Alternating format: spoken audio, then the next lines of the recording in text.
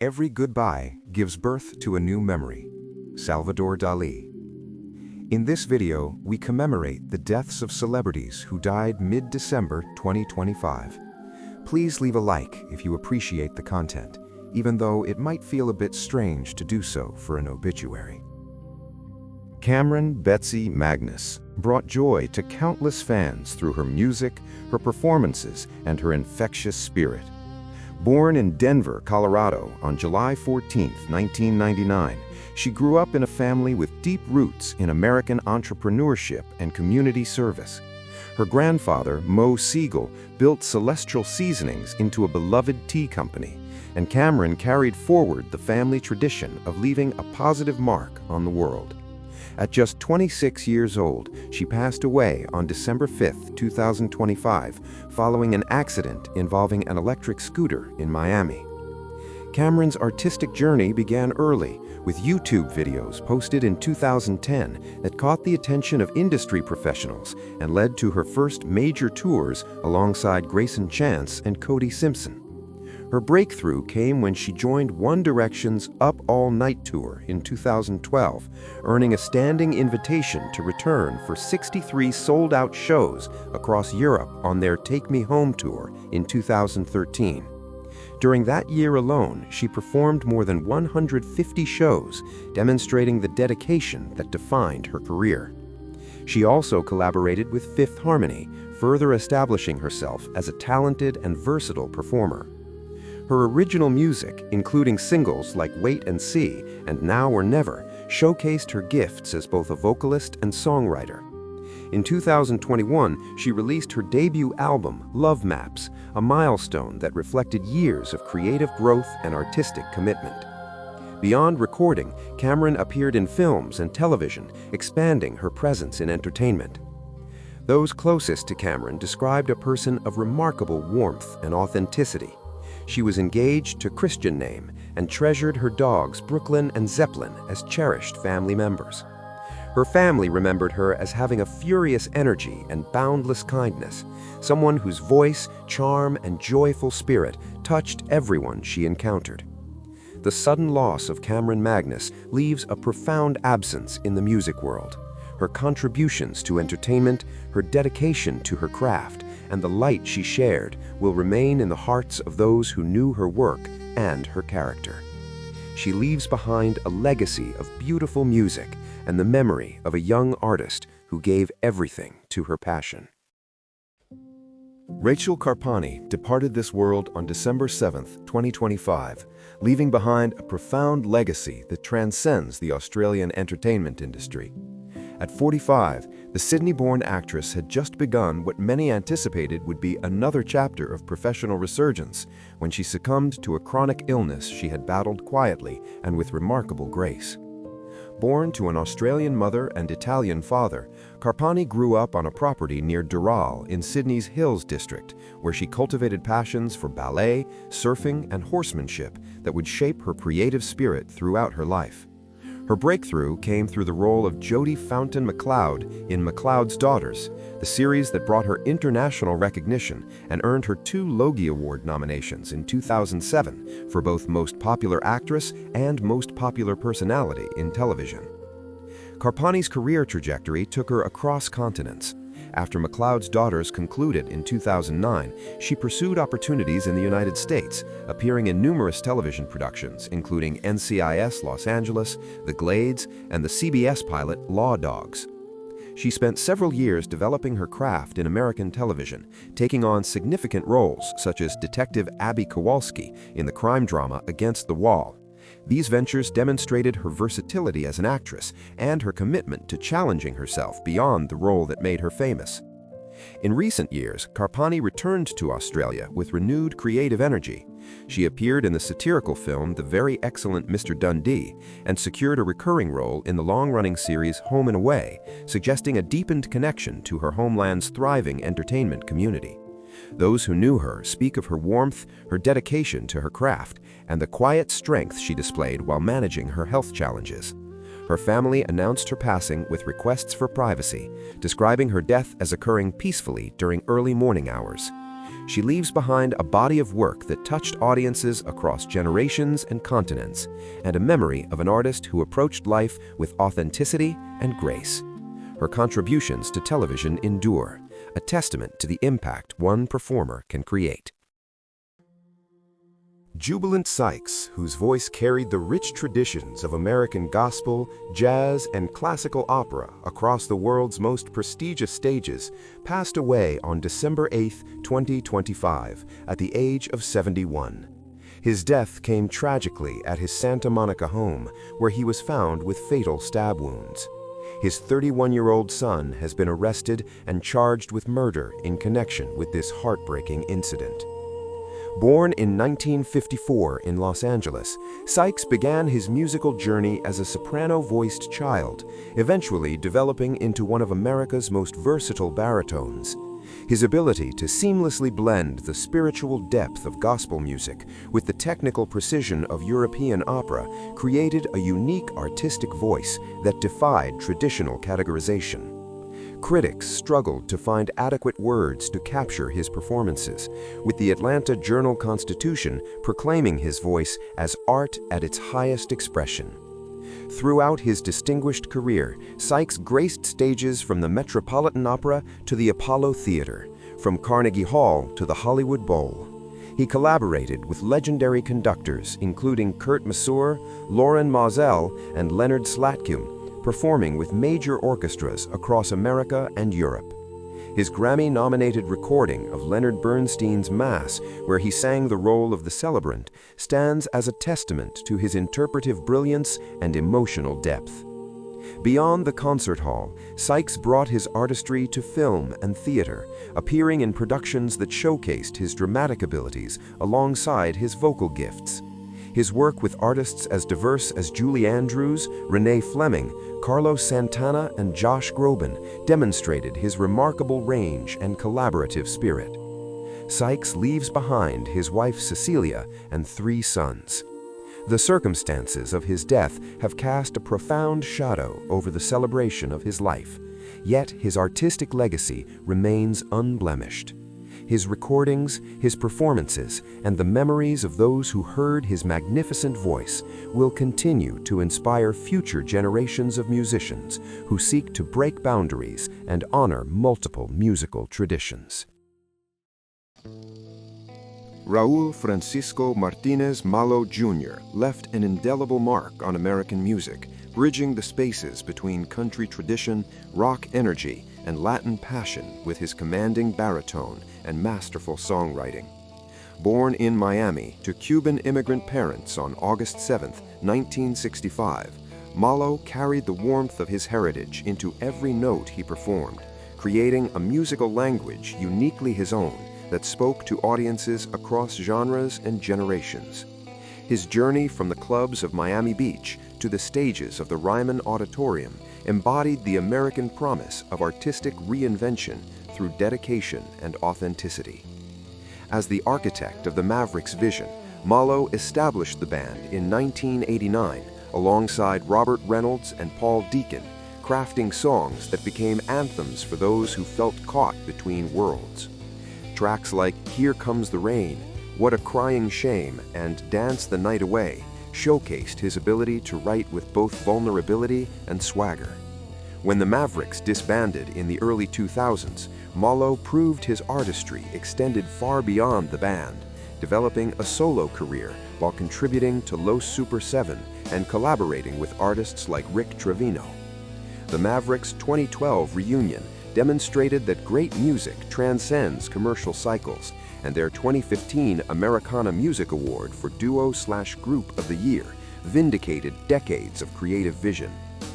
Throughout his decades in Nashville, where he settled in 1993, Malo maintained deep ties to his family. His 34-year marriage to Betty and their 3 sons, Dino, Victor, and Max, grounded him through the demands of a life in music. When intestinal cancer struck in June 2024, transforming into leptomeningeal disease by September, Malo faced his final battle with the same grace that defined his performances. Even hospitalized in early December, he received one last concert from his Mavericks bandmates, a moment of musical communion that captured the bonds forged through decades of shared artistry. Raul Malo died on December 8, 2025, at age 60. His legacy endures in the songs he wrote, the barriers he crossed, and the hearts he moved with his unforgettable voice.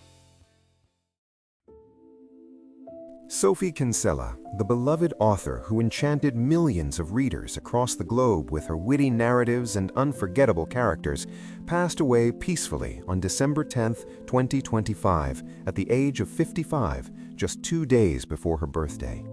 Her death marked the loss of one of contemporary literature's most prolific and cherished voices.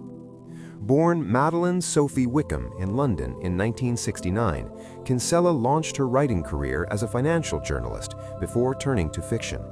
She published her first novel, The Tennis Party, at just 24 years old, establishing herself as a talented storyteller. Under her pen name, Sophie Kinsella, derived from her middle name and her mother's maiden name, she crafted stories that resonated with readers worldwide.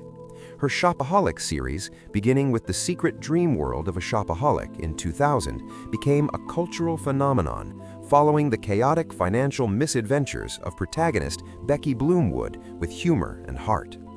The series transcended continents, capturing audiences from the United States to countless other nations, proving that the universal themes of identity, love, and self-discovery transcend borders. Beyond the Shopaholic universe, Kinsella demonstrated remarkable range through standalone novels, including Can You Keep a Secret?, The Undomestic Goddess, and 20s Girl. Her works, translated into over 40 languages, have sold more than 50 million copies globally.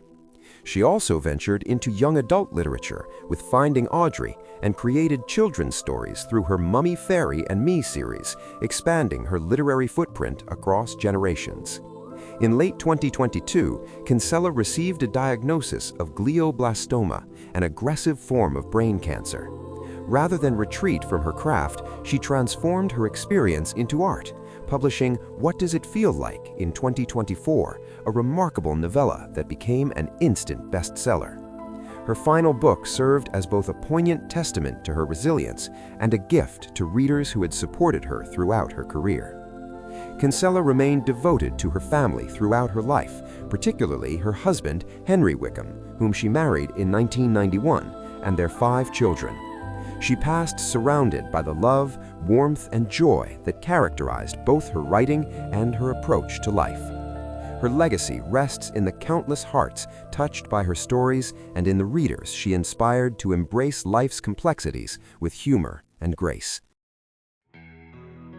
Roberto Iniesta Ojea, known to generations of passionate listeners as Robe, passed away on December 10, 2025, leaving behind a legacy that reshaped Spanish rock music. Born in Plasencia on May 16, 1962, he rose from working alongside his father to becoming the defining voice of urban rock in Spain. His journey began quietly, in rehearsal spaces near the cathedral of his small hometown, drawing inspiration from artists like Lenyo and Rory Gallagher before taking the stage for the first time in 1983. When Extremoduro formed in 1987, Iniesta and his bandmates demonstrated an ingenuity born of necessity. Without funds for a studio album, they sold 250 concert tickets to finance their first recordings, transforming limitation into innovation.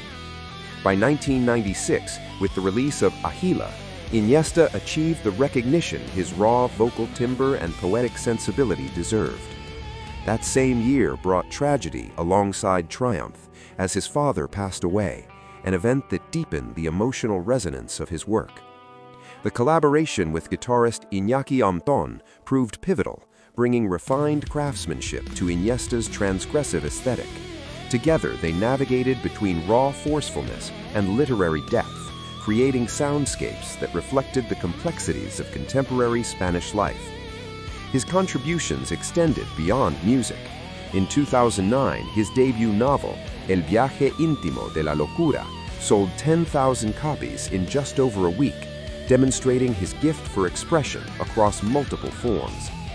Iniesta's creative vision led him to establish the record label Mujic in 2006, supporting artists aligned with his uncompromising artistic principles. He remained active as a solo artist, even as Extremoduro's influence rippled through successive generations of Spanish musicians. A pulmonary embolism in November 2024 interrupted his touring schedule, and despite his determined recovery efforts, complications ultimately claimed him at 63. His voice, weathered like worn stone, yet capable of unexpected tenderness, captured the struggles and dreams of ordinary people. Roberto Iniesta transformed Spanish rock urbano into something transcendent, proving that authenticity and intellectual rigor need never compromise each other. His absence leaves an unmistakable silence in the landscape he helped create. Brielle Bird moved through this world with a quiet courage that belied her 9 years. From her home in the United States, she opened her heart to hundreds of thousands of followers, inviting them into a journey that most children never have to face. When stage 4 neuroblastoma was discovered in her young body, she did what so many could not have done. She chose to speak about it, to share it, to transform her suffering into something that touched the lives of strangers across continents. For 5 years, Brielle lived between hope and uncertainty. The tumor in her abdomen spoke of a cruelty that knows no age, yet her spirit seemed to transcend the limitations her body imposed. In 2022, her family celebrated a miracle when the cancer retreated, allowing them brief respite from the weight they carried. But in January 2024, the disease returned with renewed force, spreading through her small frame with devastating speed. What defined Brielle was not her illness, but how she inhabited her life around it. She danced when she could. She laughed with her family. She accepted comfort from those who loved her, including a gift from Ariana Grande that arrived when she needed to know that the wider world saw her. As her health declined, she made a choice that spoke volumes about her wisdom. She wanted to be home, surrounded by the familiar, held by the people who knew her best. Her mother honored this wish, recognizing that sometimes the greatest act of love is acceptance. The family's final words about Brielle suggest a door left open, a light kept burning in the playroom, an understanding that her presence would remain woven into their days. Brielle Bird taught her generation something essential about authenticity and resilience. On social media, she could have hidden her pain, but instead, she showed it. She revealed the human cost of childhood cancer to people far removed from hospitals and treatment rooms. In doing so, this 9-year-old child became a teacher, her life a message about faith, purpose, and the luminous power of simply being oneself in the face of darkness. Arthur Cohn, the legendary Swiss film producer who became one of cinema's most decorated figures, passed away on December 12, 2025, at age 98. Born in Basel on February 4, 1927, he emerged from a family of profound moral conviction. His father, Marcus Cohn, was a lawyer who risked his standing to shelter Jews during the Holocaust from within Switzerland. His mother, Rose, brought artistic sensibility to the household, having written poetry and contributed to Berlin's cabaret Cornichon. His grandfather served as the first full-time rabbi of Basel's Jewish community. Cohn's journey into cinema began unconventionally. After studying in Basel, he worked as a journalist covering sports and international affairs, particularly the Middle East, before turning to screenwriting and eventually producing films that would change cinema history. His first documentary, The Sky Above, The Mud Below, won the Academy Award for Best Documentary Feature in 1962. This marked the beginning of an extraordinary partnership with cinema itself. Throughout his career, Cohn championed stories of human resilience and moral complexity. The Garden of the Finzi-Continis captured the tragedy of Italian Jews under fascism, while One Day in September documented the Munich massacre with unflinching clarity. His collaboration with Brazilian director Walter Salles produced Central Station, which became an international triumph. He received 6 Academy Awards, more than any independent producer in film history, along with a Hollywood Walk of Fame star in 1992, becoming the first non-American producer so honored. Cohn remained active until his final years, maintaining offices in both Basel and Los Angeles. He lived by a German adage he adopted: "Whoever rests, rusts." His films were never mere entertainment. They embodied what he called tikkun olam, the Jewish concept of repairing the world through justice and compassion. Whether telling stories of labor struggles in Minnesota or the bonds between unlikely human connections, Cohn understood that cinema possessed transformative power. He leaves behind a legacy spanning 60 decades of filmmaking that enriched audiences worldwide and demonstrated that independent producers could achieve both artistic integrity and commercial success. Arthur Cohn proved that one person's vision, guided by conscience, could reshape how we understand history, loss, and human dignity.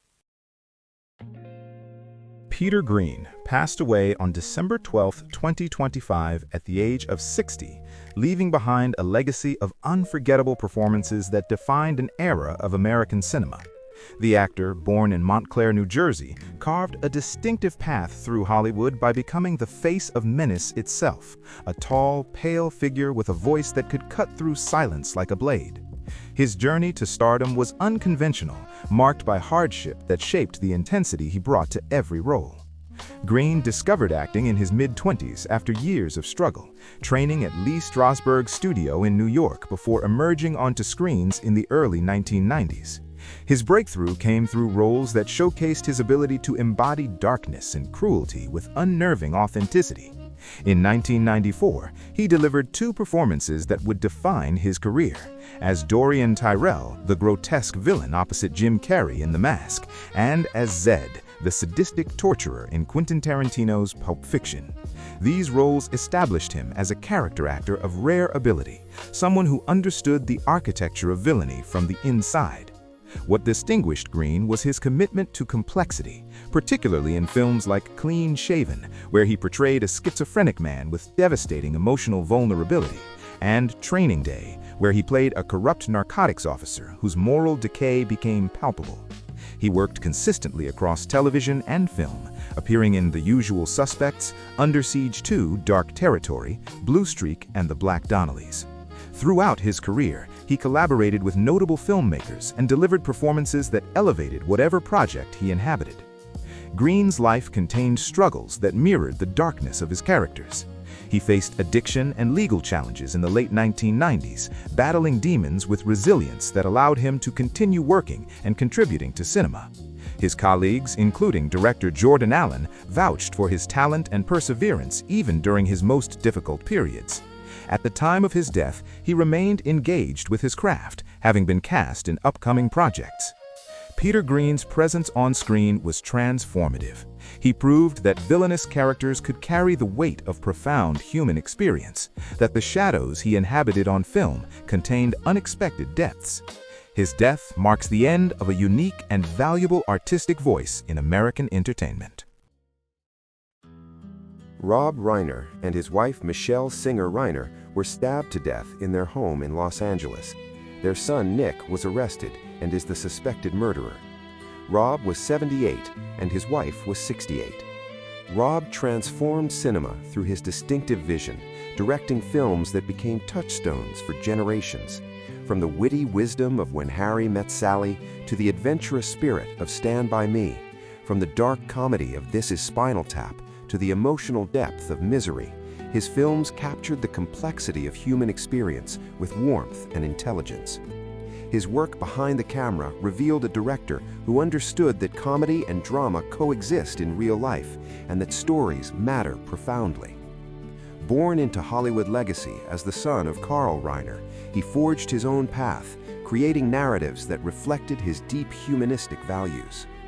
Michele met Rob at the set of When Harry Met Sally. She was an accomplished actress, photographer, and producer.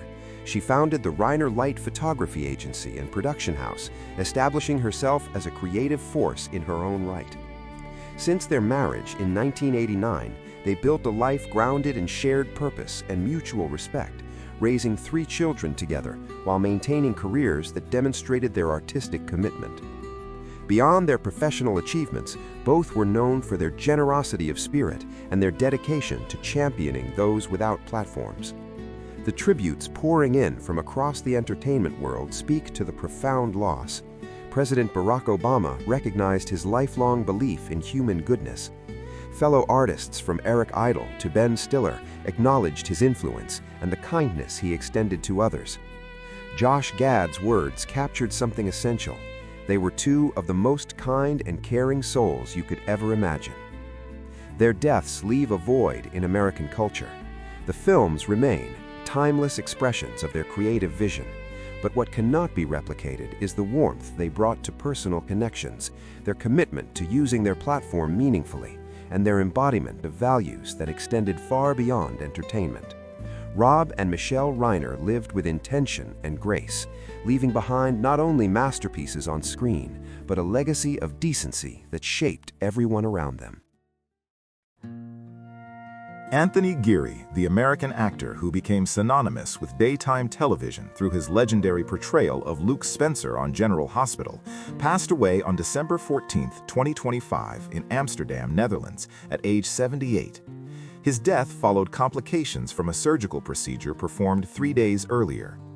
Born Tony Dean Geary on May 29, 1947 in Colville, Utah, a small mountain community of 800 residents, he emerged from a modest background shaped by Mormon values and his father's construction business.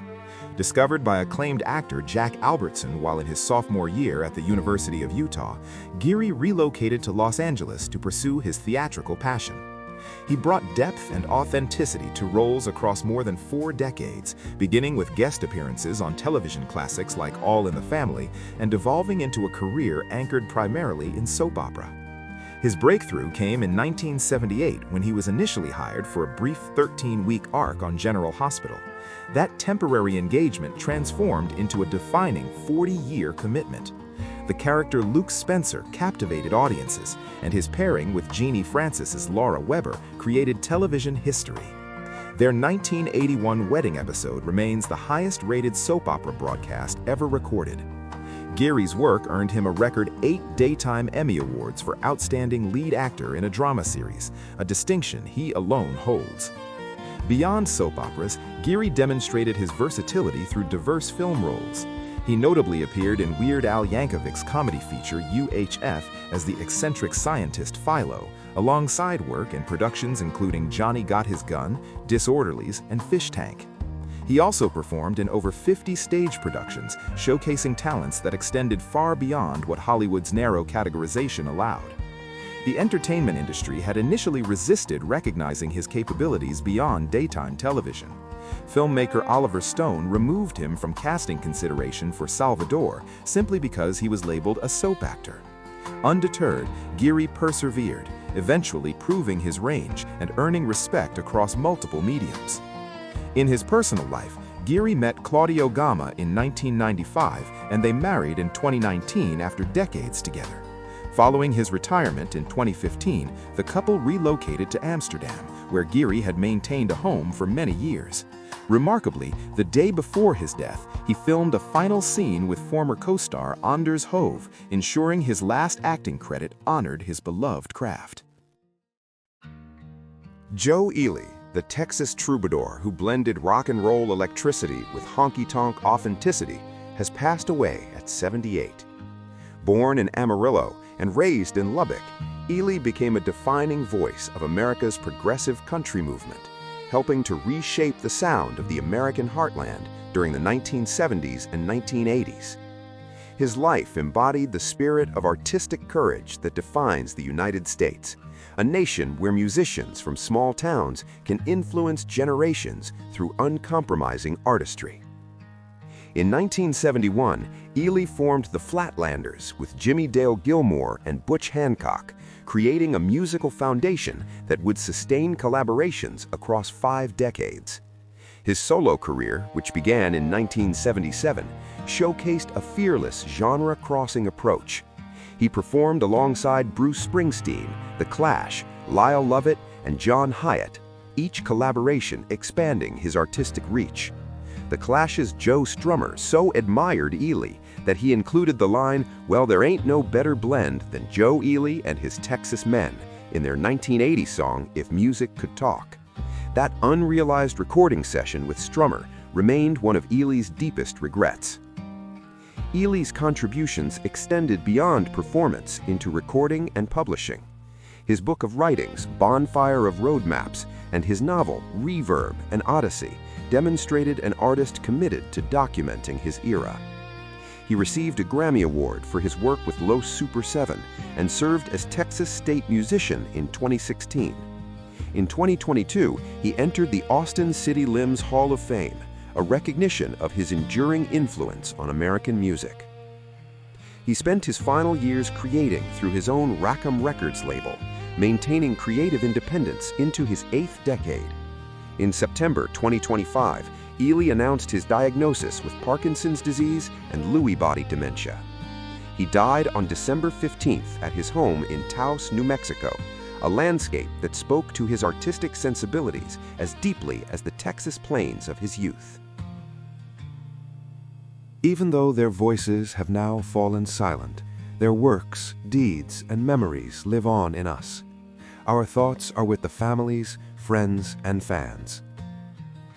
Follow the link to the right to see a secular requiem that honors celebrities who died in mid-December 2025. A like and subscription would greatly help the channel. Thank you.